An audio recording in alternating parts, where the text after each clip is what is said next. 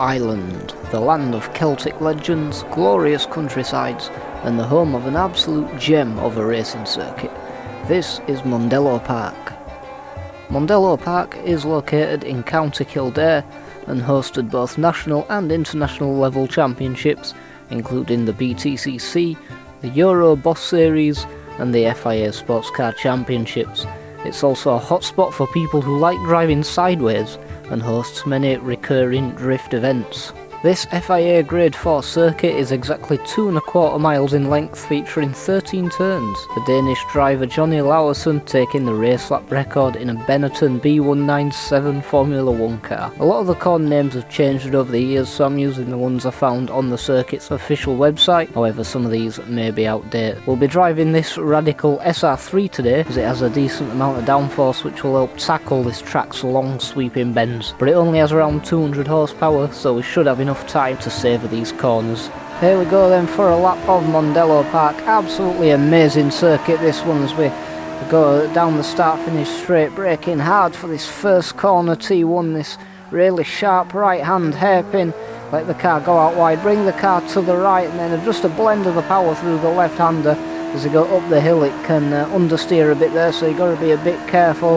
Into turn 3, really long right hander, and then you've got to slow it right down at the end as it tightens up. Take as late an apex as you can as you bring the car to the right hand side. Now once again really wide into the corner, then bring it in tight, taking another really late apex, getting a couple of wheels on the grass there, but we're okay. Up Kennedy's Rise and then back down the hill again for T5. This is Lola, early apex this time, as you can absolutely floor the power on the exit, let the car drift out to the left, and then you kind of hug this left hand white line around T6 Daly's Drift, braking hard into turn 7A, car losing grip a little bit into 7B, the two kind of sharp 90-degree right handers. Back up the hill then, looking for that 50 on the floor as we turn right around the first of Birane's bends, turn 8 and 9. Keep the car on the right hand side as you go into another hairpin at turn 10, a long left hander,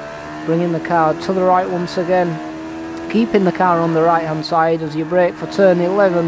Let the car go out wide, but just be a bit careful to get it on the grass there as we come around the last corner. Another right hand hairpin, it tightens up on the exit there, so you've got to be a bit careful. But that's a lap of Mallory Park, and what an amazing circuit this is.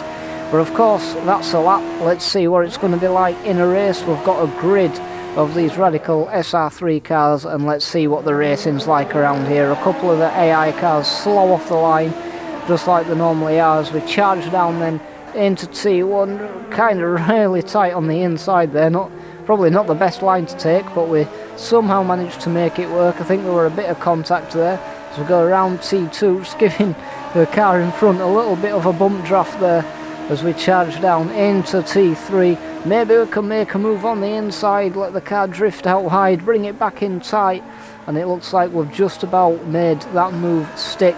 Only 5 laps, as it is a bit of a longer circuit, around 1 minute 45-ish in these cars, as we come around turn 4, then up Kennedy's Rise for the first time in the slipstream of the car ahead. It's going to be all about getting a good exit out turn 5 and seeing if we can get the run down the hill then into turn 7A as we go around turn 6 here. Daly's Drift not quite close enough to make a move as we slam down the gears there in this Radical SR3. Revs up to 10,000 RPM, so really high revs. I think it's actually a motorbike engine in this car, insane stuff. But anyway, around turn 8 and 9 Birane's bends, we're still not quite close enough to make a move just yet. We just have to tuck in and see what we can do as we come to the last sector of this lap then.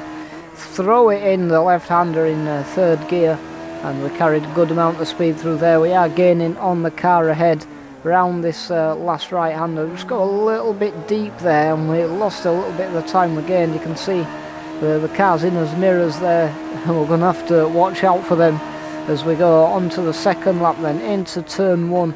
Once again closing up a little bit in the hairpin there, see if we can get on the power nicely. Really tough, this left-hander. It's easy to kind of miss the turning and get a load of understeer, as it's quite off camber going up the hill. Now, but we come into turn 3 then, get it tight on the exit, see if we can get a decent run out of here. A little bit of oversteer on the exit, very slippy in some places, and in a car that has no electronic assists either. But we'll see if we can get a decent run out of turn 4. Kennedy's Rise for the second time. We're in the slipstream, much closer to the car ahead. Can we make a move here into turn 5, Lola? We do. We go a little bit wide though. I think we made some contact with the car behind, but we're still in one piece, and we managed to get the move to stick. Now we can go chasing after this kind of leading pack. I think we're up into P5 now, as really struggling round turn 7A and turn 7B. A lot of understeer around them corners and a bit of oversteer on the exit for good measure. Into turns 8 and 9, Birane's bends for the second time, keeping the car in the middle of the track on the exit so he can open up the second apex of the chicane into the hairpin. On the website, this corner was called Honda, but it's had a couple of different names by the looks of things, as we come round Castrol, turn 11, and then into the Dunlop hairpin at the end. Like I said at the start of the video, these are the corner names that were on the official website for the track, so they may have changed depending on who sponsors the corners.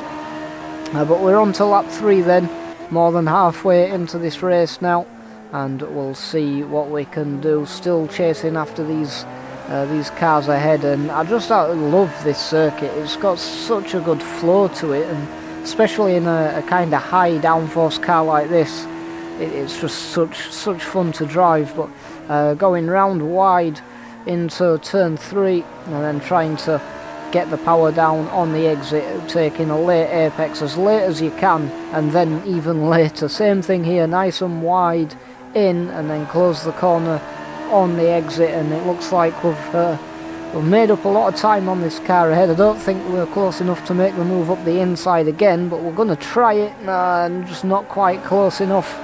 But it looks like the car in front of us didn't quite get the best exit, so maybe we spooked him a little bit. We're going to use the slipstream round Daly's Drift into turn 7A once again. A little bit better through there this time, and then in 7B, and we're still right under the rear wing of that car, the car in front, but we got a little bit of oversteer on the exit and lost a bit of time, but it looks like we're going to regain it through Birane's bends right under his rear wing. See if we can maybe get a bit of a switchback move to work here, see if we can get a better launch out of that corner. Not quite, as we come into T11, chuck it in. Car's just scrubbing the front tyres a little bit, but we get a decent run into the final hairpin. Can we make the move here? Oh, front tyres scrubbing a little bit again. I think making a little bit of contact with the car is right there, side by side. It's a drag race down into T1 on the penultimate lap. It looks like he's just got us in the straight line, but we're going to dive back up the inside of the hairpin, hug the apex. Is still there on his left, but we're going to go out wide and then switch it from right to left as we get a bit of a switchback move on the run into turn 3. And I think that's that guy gone in his mirrors now as we come round turn 3 for the second to last time. Decent exit that time, and it looks like we are starting to drop some of the cars behind. Now are we going to have enough time to catch up to these leading cars? All we can do is try as we come up Kennedy's Rise for the penultimate time. A little kink to the right as you're hitting the brakes just as you go over the crest, or just after you go over the crest. Nice early apex at T5 on the power, and then yeah, we just chase this car down into turn 7A and 7B.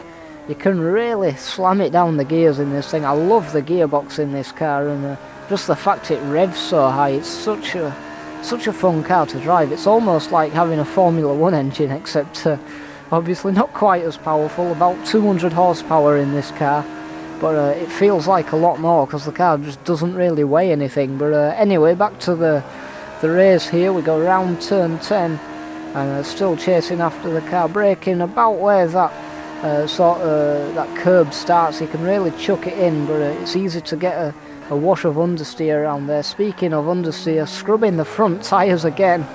You have to have a lot of front downforce on your setup on this car, or on this track should I say, as we're on the last lap now. Are we going to be able to get, if we can just get one more position, I'll be happy with that. But what an amazing track this is. Absolutely fantastic. This has got to be one of my new favourite tracks, I think, especially in this car. It just works together so well, just the kind of flow of the circuit. It's a really good feeling when you nail a lap around here. Well, as you can see, gained on the cars in front by quite a lot there. The AI a little bit slow around turn 3 it would seem, as we come into turn 4, then closing the corner up on the exit. Are we going to get a decent run up Kennedy's Rise? It looks like we're not quite close enough to go for the move into T5. We'll focus on getting the best exit we possibly can. A little bit wider than the AI there.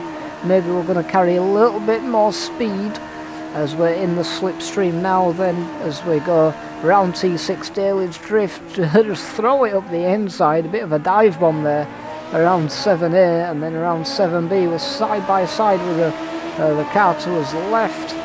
Can we chuck it up the inside of Birane's Benz?